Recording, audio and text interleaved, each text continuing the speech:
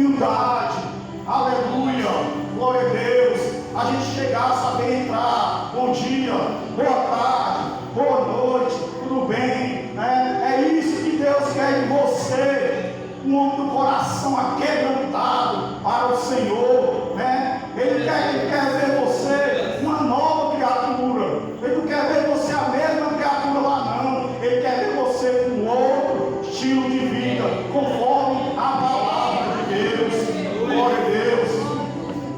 E é isso, meus irmãos, a palavra, ela é bem sincera no dizer, né, que bem-aventurado o homem, né, que teme os caminhos do Senhor, né, glória a Deus. Eu tenho que temer as coisas de Deus, aleluia. Tem uma passagem aqui em Provérbios que diz assim: